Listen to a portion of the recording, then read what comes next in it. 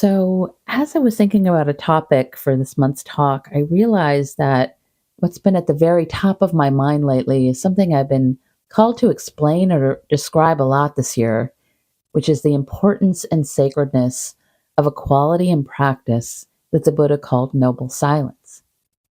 And one of the reasons I've been tasked to do this more often lately is because, for many different reasons, I have needed to change almost all of my regular retreat venues just over the past year or so for both the day long retreats and also the longer residential ones. And so, as a kind of natural part of this transition, I've been trying my very best to explain the practice of noble silence to the very kind people who have very graciously offered us these new beautiful spaces to gather in. And what this means is that I've not only needed to describe what this needs to look like for us in practical terms, but maybe more importantly, I've had to try to put into words why noble silence is so necessary and essential for our practice of meditation. And of course, I am fully aware that this is not something that is very common at all. To have 100 to 150 people or more gathering for an event that requires as much silence as possible for the entire day, and sometimes even, 5 to 7 days at a time. And so, whenever I'm holding a retreat, for instance, what this means is that I need to request a space that can offer us silence both inside as well as outside. And I also have to ask all the different staff and community members to also please honor and maybe even participate in our silence. And this includes honoring our need for very little distraction. Because in actual practice, noble silence is really multifaceted, like a jewel. And it isn't just about being quiet.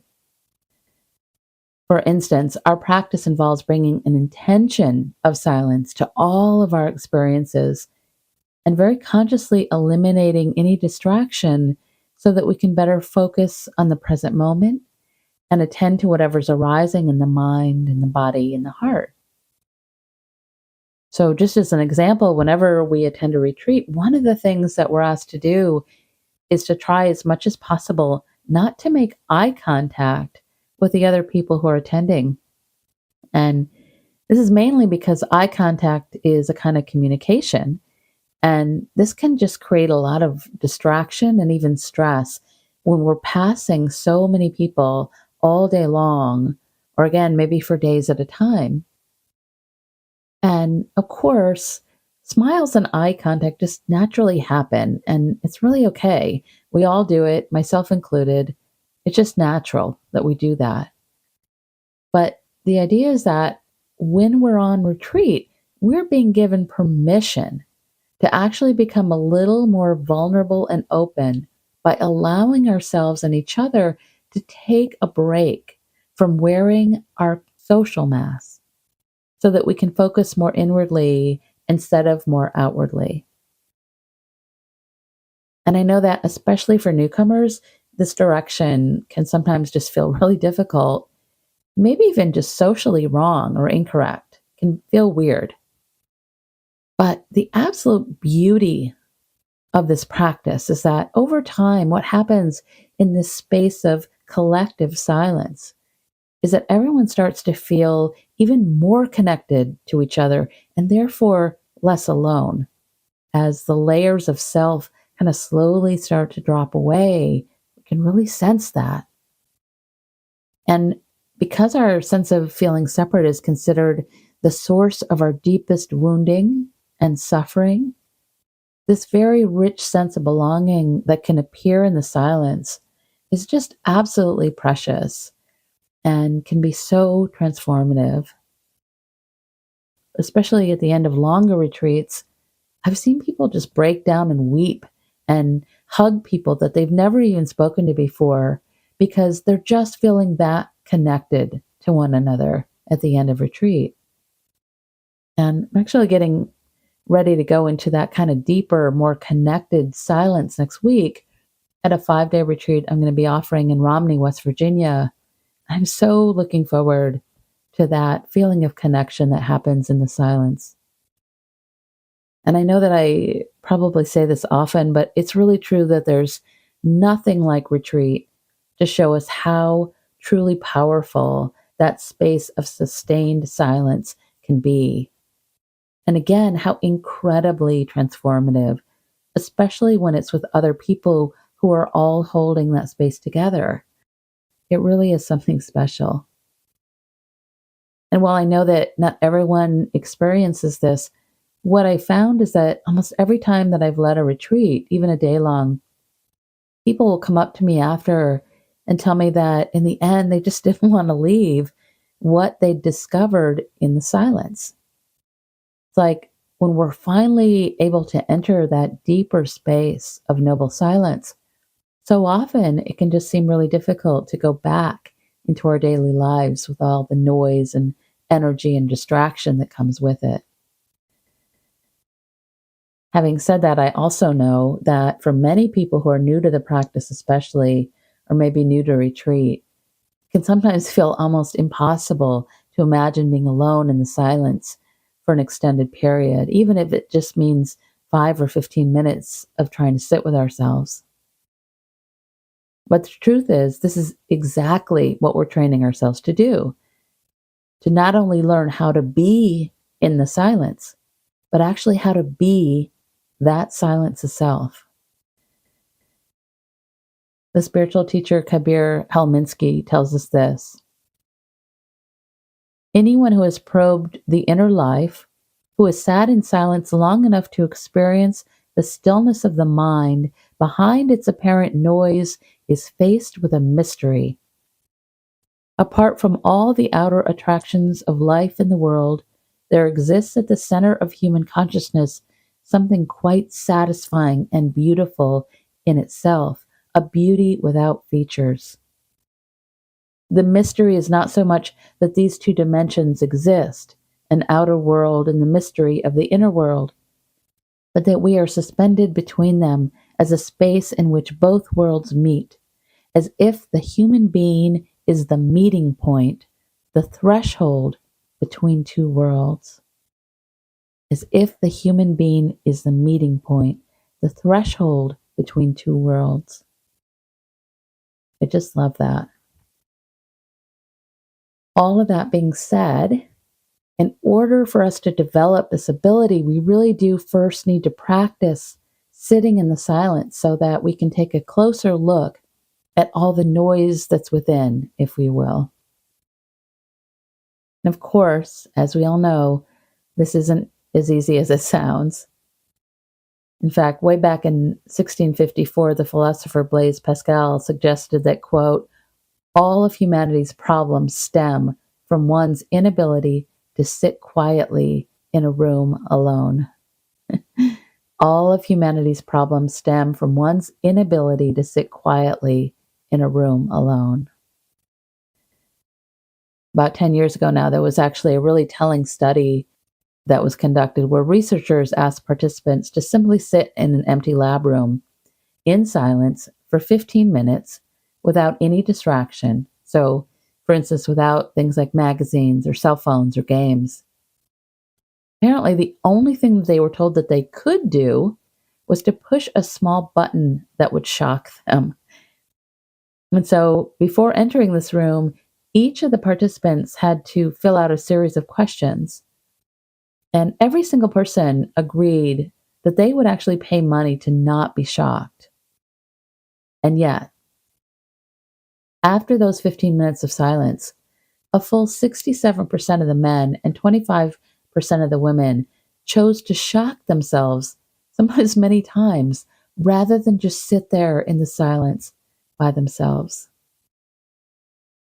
One of the researchers said about this, I found it quite surprising and a bit disheartening that people seem to be so uncomfortable when left to their own devices, that they can be so bored that even being shocked seems more entertaining. So that's the bad news.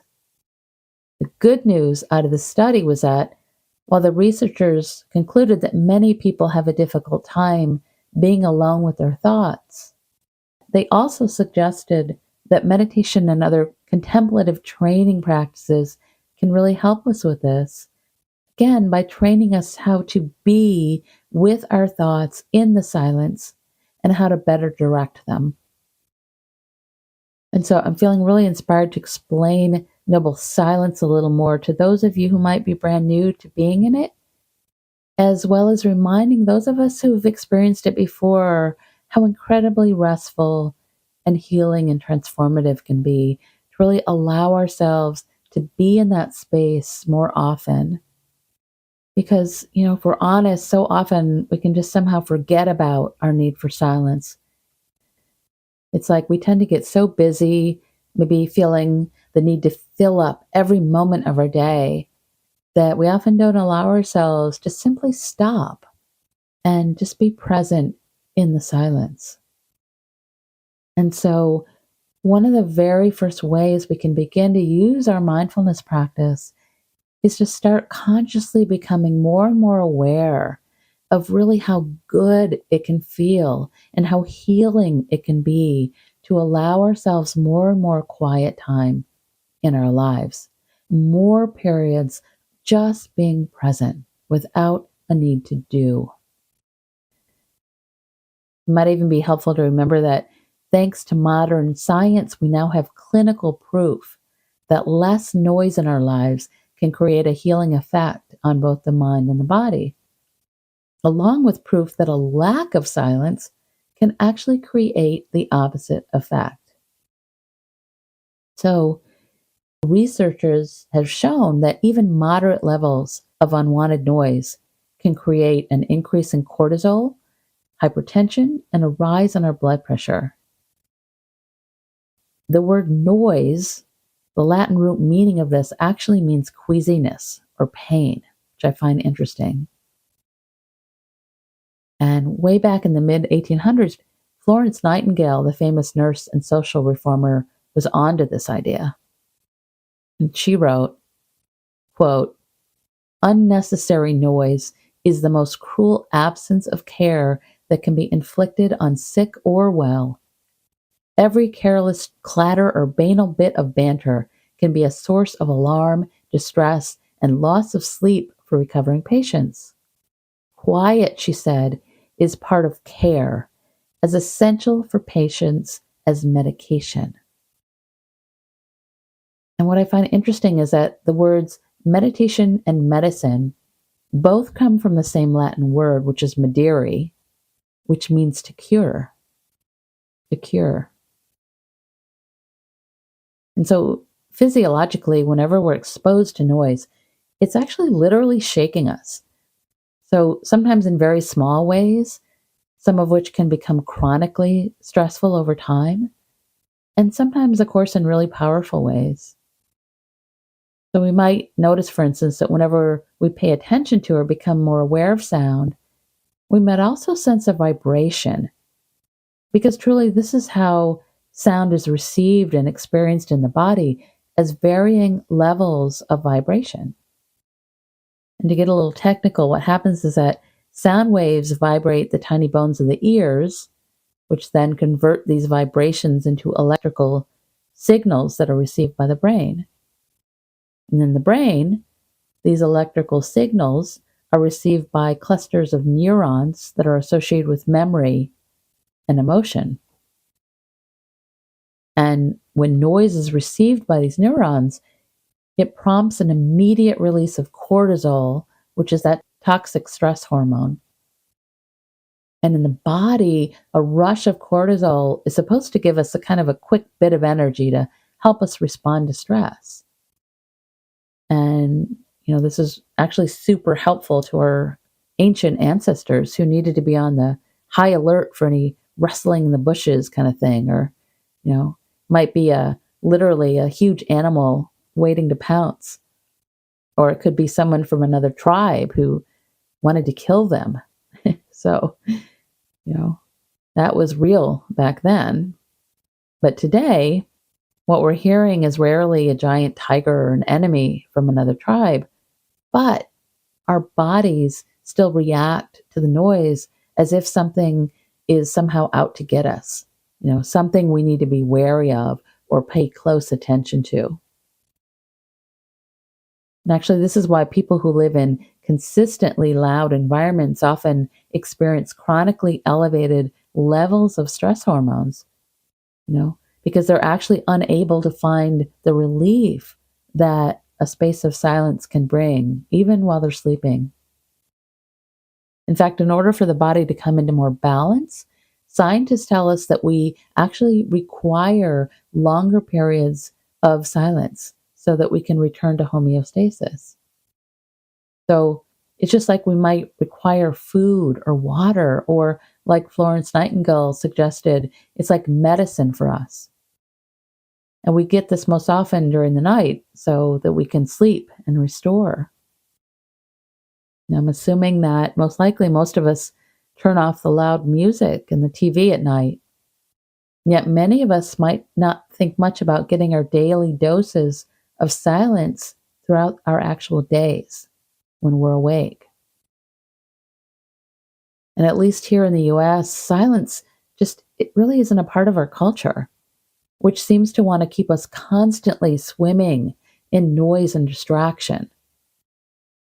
I've noticed that almost everywhere we go now, restaurants, gyms, stores, grocery stores, hospitals, and doctors' offices, even, which are supposed to be places of healing, there's usually either a television on, or many of these, or music, or sometimes even both at the same time. And so, rarely, sadly, is there simply a space of silence. And like fish in the ocean, this water of noise, if you will, can just start to feel normal, like the TV or radio being on constantly, maybe in our cars or in our homes. So much so that we might not even notice them. They're so much a part of that constant distraction of our lives. Again, the problem is that we actually need the silence for our very health. In fact, just a few years ago, researchers discovered that silence actually creates the opposite effect on the brain than noise does. What they discovered is that just 2 hours of silence a day can create new cells in a region of our brain that is associated with memory and emotion and learning. I hope that's encouraging. One of the researchers said, quote, "We saw that silence is really helping the newly generated cells to differentiate into neurons and integrate into the system. Freedom from noise and goal-directed tasks, it appears, unites the quiet within and without, allowing our conscious workspace to do its thing, to weave ourselves into the world, discover where we fit in. That is the power of silence." And so you also might have noticed that this quote included the words freedom from noise and goal directed tasks, right? And so when we're talking about the kind of silence that leads to more balance and healing, what we're really talking about is not just a quiet room or space, although, of course, that's really a part of it. What we're talking about is this quality of noble silence. And happily, in the suttas, the Buddha gives us very specific instructions about how we can both practice and cultivate this noble silence. As you might imagine, this includes instructions not only about how we can find and create quiet surroundings, but also about how we can quiet the mind and the body, which is our true home, free from goal directed tasks. And so, to begin in the suttas, the Buddha asks us to make a strong effort to practice in silence as much as possible by, quote, going to a forest, to the foot of a secluded tree, or to a solitary dwelling. And what I love about these instructions is that the Buddha suggests going outdoors as the first and best option, as a way to really connect with nature. Because don't we all feel a natural connection and a peace when we're just outside? Even if they're loud, like a rainstorm or tree frogs or a wood fire, aren't natural noises just vastly more pleasant than any kind of human or mechanical noise, like a refrigerator or talking or a heater, etc. The reason this is true is that as the teachings urge us to remember, we are truly not separate from nature, right? We're all made of earth, air, fire, water, and even stars. And so there's a real natural attunement that we can tap into whenever we're outside in it, which makes it much easier to discover that sense of silence and connection. And just for a moment, I want to stop here and say that, well, it's really important that we try as much as possible to create or find a quiet space. As we all know, absolute, complete silence is almost always impossible. About 30 years ago now, actually, when I was living in Boulder, Colorado, one of my roommates was a kind of a master massage therapist. And he lived in this little house that was separate from the main one. And he happened to have what's called a sensory deprivation tank in one of the rooms. And if you don't know what this is, it looks a little scary. Honestly, it looks like a big coffin. And it's filled with a kind of salt water that lets you float in it at body temperature. And so when you climb into it and it's closed, what it does is essentially take away all of the body's sensations, including sound, because you're floating. Really don't feel anything. And I know this sounds a little scary, but when I did it, it was actually one of the most incredibly powerful and relaxing things I've ever experienced in my life. I bring this up because the truth is that out in the real world, there really is no place in it that is completely soundless like that, right? That's kind of an artificial, again, sensory deprivation tank. And so part of our practice is really learning how to be with or allow the sounds, remembering that our resistance to sound is what's going to cause us a lot of unnecessary stress and suffering. Many years ago, when I was living in New York City, I actually learned a lot about practicing with noise because it was just so completely constant, truly. It was really like boot camp for practicing with sound. It was actually so loud and distracting that I ended up coming up with a meditation for myself to help me work with the noise. And I love it so much that I still practice with it. So, what happened was I was sitting on my meditation bench in my apartment with my eyes closed, and I just had this idea or this thought that I could imagine maybe that I had died and that I had been somehow reincarnated and given this precious 1 hour to meditate.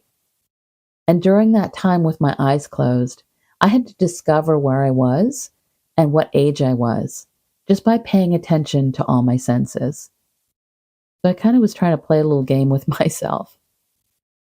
And so when I scanned my body with my awareness, for instance, I could feel the bulk and shape of it and some of the different aches and pains, and then decide, hey, I think I'm probably in my 40s right now.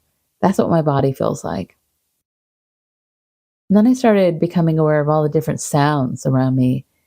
And because I was imagining that I had been dead and had been given this 1 hour to live, I was so excited about everything that I was listening to. So right away I was like, wow, I think I'm in my apartment in Brooklyn. And wow, there's those hot, noisy radiators. And oh my gosh, there's the bus noise. And there's the sirens. And there's the people on the corner screaming. And whoa, there's my wicked upstairs neighbor who's pounding her high heels on the wood floor again. This is just amazing. And honestly, I would be so happy if I could go back to that particular meditation, that first one, and experience myself in Brooklyn again. And also, to be honest, being in my 40s again, right? And I've used that same meditation over the years. And one of the reasons that it seems to work so well with noise is that it helps me to practice not resisting it and to become really curious about it instead. Really curious. And so I hope that you might try that. Maybe just try that one of these times that you're sitting. Having said all of that, the Buddha actually instructs us to try our very best to find the quietest place and time to practice so that we can really better access more quiet.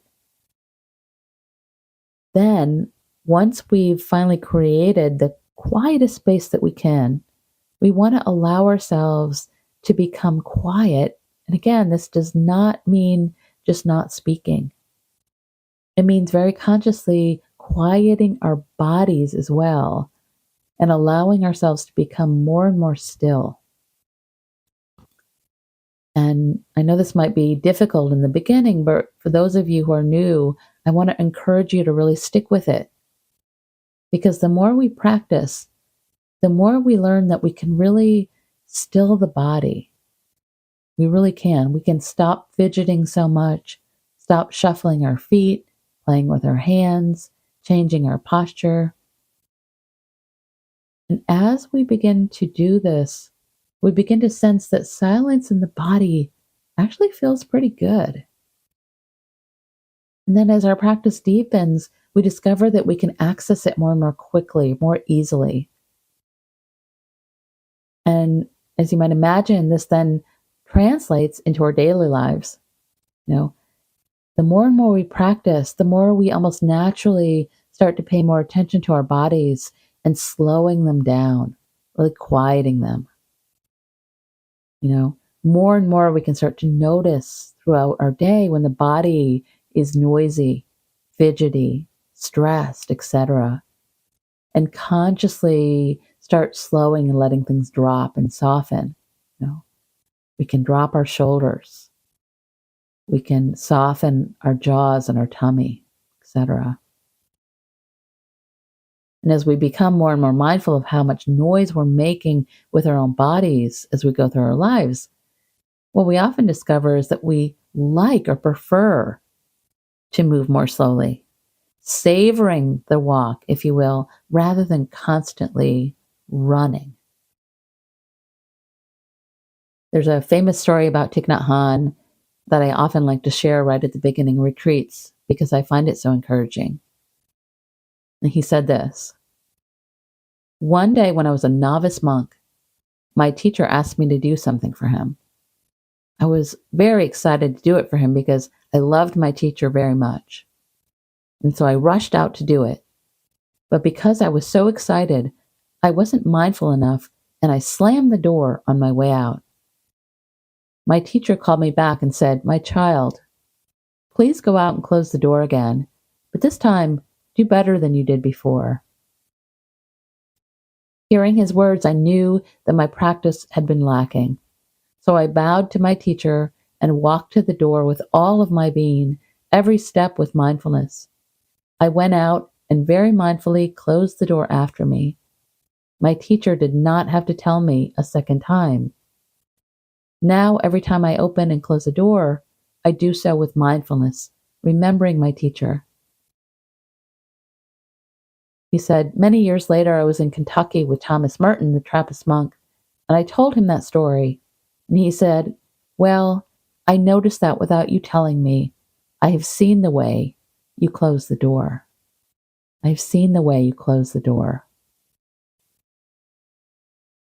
So again, as we're practicing to consciously, mindfully slow down and eliminate, quote, noise during noble silence, we're also talking about eliminating all the things that tend to distract our minds from our direct experience.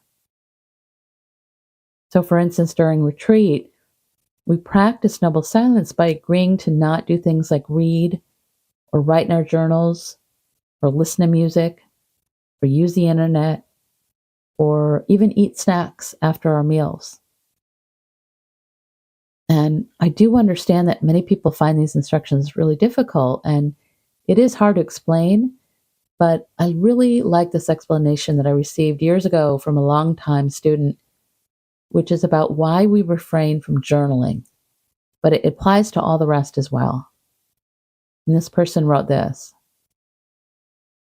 the problem with writing in a journal during a deep retreat is that it pulls your mind out of the non discursive, non conceptual state that you've cultivated by meditating all day and keeping complete silence. One of the goals of retreat is to quiet the chattiness of your mind and become more open to non conceptual understanding. Writing down your experiences in a journal works against this and draws you back into the discursive and conceptual way of thinking. I hope that's helpful. So, when we're on retreat, we're also agreeing to not communicate with one another for very similar reasons. One of these is because social conversation, even nonverbal contact like eye contact, tends to keep the mind activated. And periods of not talking or not communicating can really help the mind to just rest, to find some rest. And what I find interesting about this is that so often, not only are our emotions activated by communicating, but they're activated even when we're anticipating these communications. So even though the silence might feel maybe completely awkward in the beginning, after a while it really does work to quiet both the mind and the emotions. And again, as you might expect, as our mental and emotional lives start to calm down, our bodies tend to start calming down as well, because again, they're not disconnected. Another important part of entering noble silence during our meditation practice is that we're also consciously giving ourselves sacred time to not do, not direct, not anticipate, not plan. Instead, we're asking ourselves to become very quiet and to simply take time to listen inwardly, to be again, rather than to do, which of course is so difficult, which is why it's a practice. But the idea is that the more we practice this way, the more this might then translate into discovering more moments of just being in our daily lives, away from our cushions, just sitting, just walking, just being without distracting ourselves or planning, looking at our phones, figuring things out, etc., going away from ourselves by escaping, dreaming, in whatever way this looks like. What we're doing is simply being present and awake to our lives. I love the way Norton Juster, the noted children's author, describes this to children. He says, "Have you ever heard the wonderful silence just before the dawn, or the quiet and calm just as a storm ends? Or perhaps you know the silence when you haven't the answer to a question you've been asked, or the hush of a country road at night, or the expectant pause of a room full of people when someone is just about to speak, or, most beautiful of all, the moment after the door closes and you're alone in the whole house. Each one is different, and all very beautiful if you listen carefully."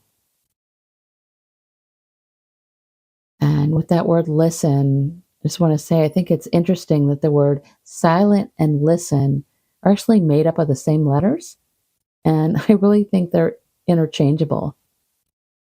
So when we enter the silence, or if you like that sacred pause, what we're really doing is listening. We're not waiting for answers or explanations. We're just really being that silence, allowing everything else to pass through that silence without resistance and without having a particular goal. The writer Anne Young writes, "Silence enables us to see the sacredness of all life, to see life steady, and to see it whole. In an age that has lost all sense of the sacred, of awe and wonder at the divine penetration throughout the physical human plane. How much we need the recovery of silence. Without some sense of awe, there was little basis for meaning.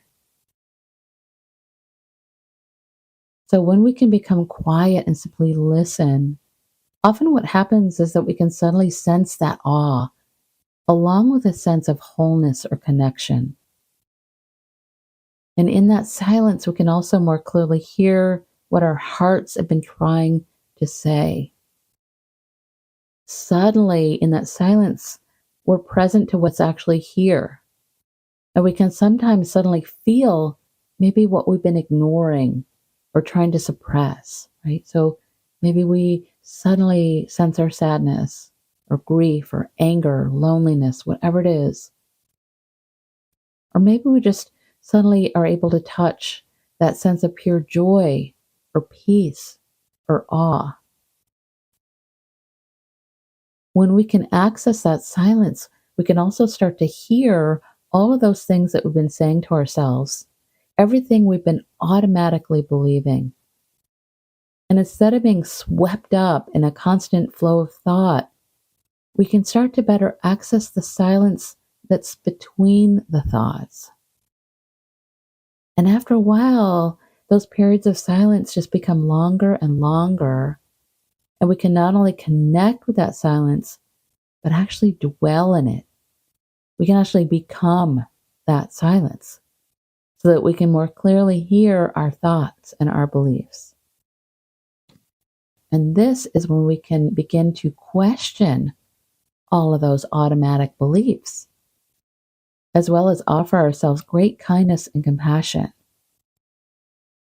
And that last part is probably the most important, that we listen with great kindness. As the late great teacher Ram Dass told us, for someone deeply trapped in a prison of thought, how good it can feel to meet a mind that hears, a heart that reassures. It's as if a listening mind is, in and of itself, an invitation to another mind to listen to. How much it can mean when we accept the invitation and hear the world anew. We can do that for ourselves.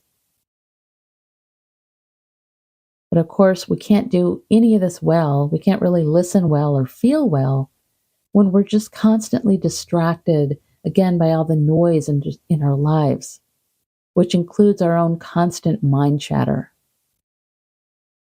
But again, as those researchers showed, being in the silence can sometimes just be incredibly difficult. Even when we want to be quiet, our minds tend to have other plans for us, right? This is because sometimes when we start to sit down and listen, the silence can often magnify all our inner chatter. It can just feel overwhelming, like, wait, this isn't working at all. I'm actually thinking more than I was before. This inner chatter can include all those thoughts and feelings and conversations and even uncomfortable physical sensations that we've mostly been trying to avoid. So if we think about it in a very real way, often the noise and the distraction provides a kind of salve or an escape, maybe just like a glass of wine might. It helps to keep those things at bay. But the good news is, the more we practice, the more we become comfortable with and familiar with the silence, the more comfortable we become with listening to our own thoughts and feelings without judgment, without suppressing them. We become more comfortable with watching them arise and pass, resting in the awareness, the silence, the pure presence that is simply letting it all flow through. And after a while, what happens is that this internal dialogue at some point also starts to quiet, and we can begin to not only slow down and become more quiet, but become more present with what is actually here right now, instead of being so caught up in the noise and distraction that is our talking mind. And as we do this, of course, we experience a more heightened sense of intimacy with the world, a deeper sense of pure presence, and again, that sacred sense of belonging. And as we start to achieve a more sustained silence, both in our practice and in our daily lives, what happens is that we start to become more and more awake. We awaken. Our senses become much more alive, and both our inner and our outer world can appear to us with just greater clarity, right? We might think of a pure blue open sky that's been obscured with clouds, suddenly clearing. Can feel like that.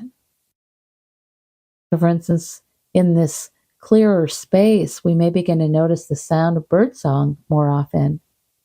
Or maybe we start to notice all the different sounds all around us, all the different bird songs individually. Whenever we can allow ourselves to tap into that space of silence, we can also start to hear our quieter thoughts and emotions, which normally, again, get drowned out by either the outside noise or the constant inner noise or dialogue.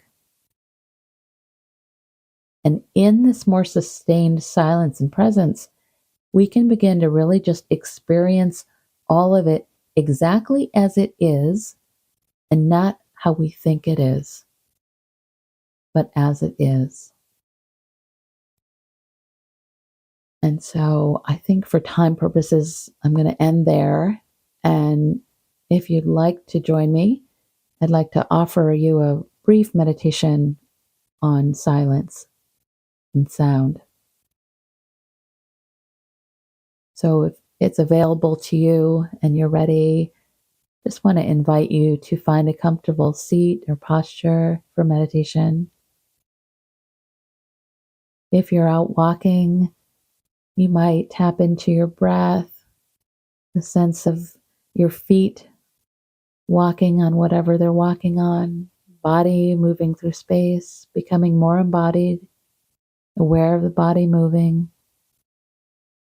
If you're driving, become aware of your seat and cushion that you're sitting on, your hands on the steering wheel, a little more aware of the breath. And for all of us, you might take just a nice deep inhale, filling the lungs, and a slow exhale, letting go, dropping the shoulders, softening.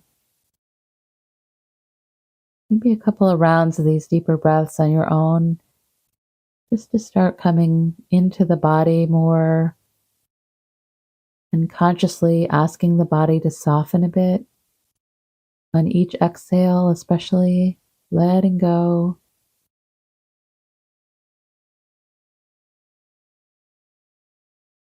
You might notice the center of the palms.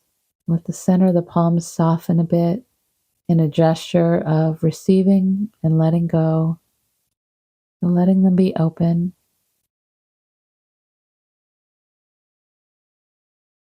Allowing the whole area of the face to soften, forehead, eyes, cheeks, jaw. Still aware of the body breathing. Again, maybe dropping the shoulders, softening the shoulders.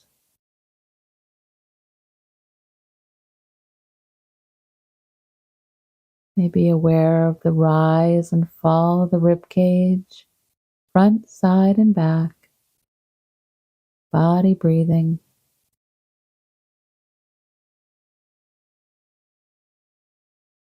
You could even notice the tummy. See if you can soften the tummy a bit. Just encouraging the whole body to be a little more open to experience, not holding on so tightly.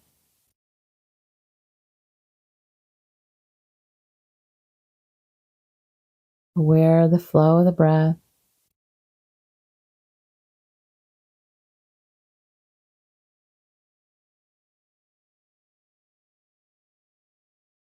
And then as you're ready, I'm going to invite you to open up to sound. awareness of sound,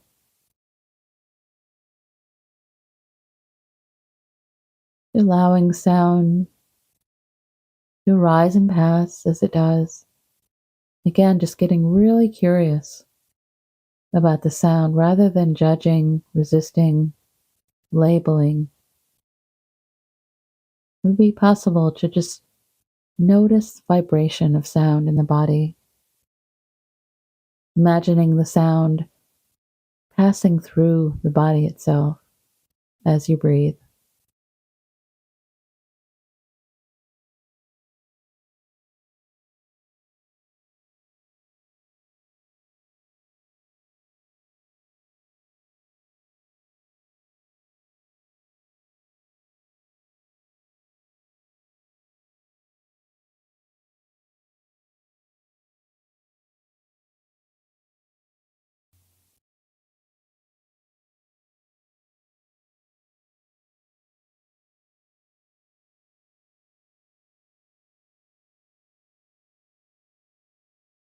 And as you continue, I want to invite you to see if you can connect with the space of silence itself,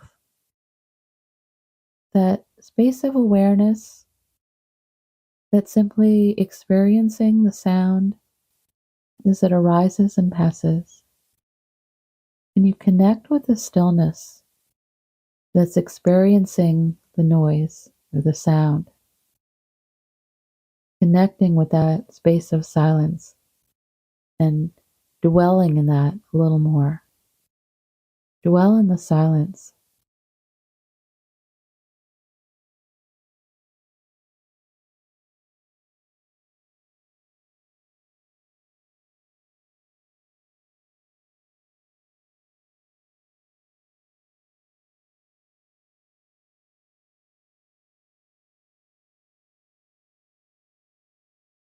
And if what's running through the silence is thought or physical sensation, see if you can also accommodate that, allowing the thoughts to arise and pass, or getting curious about whatever you're experiencing in the body,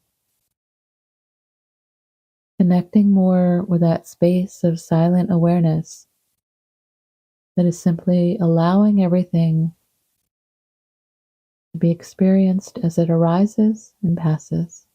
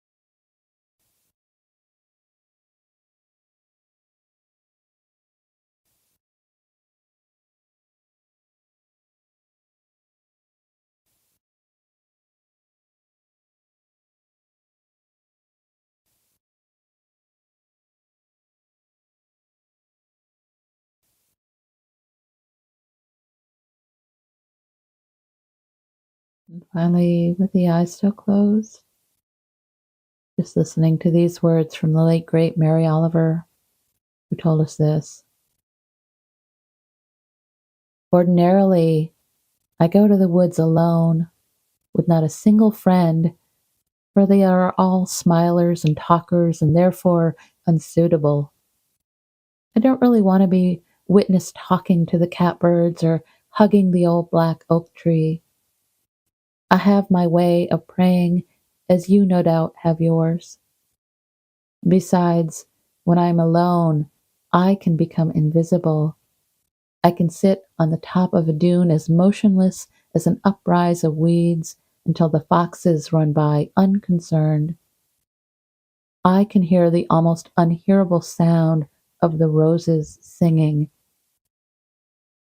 If you have ever gone to the woods with me, I must love you very much. Namaste and blessings.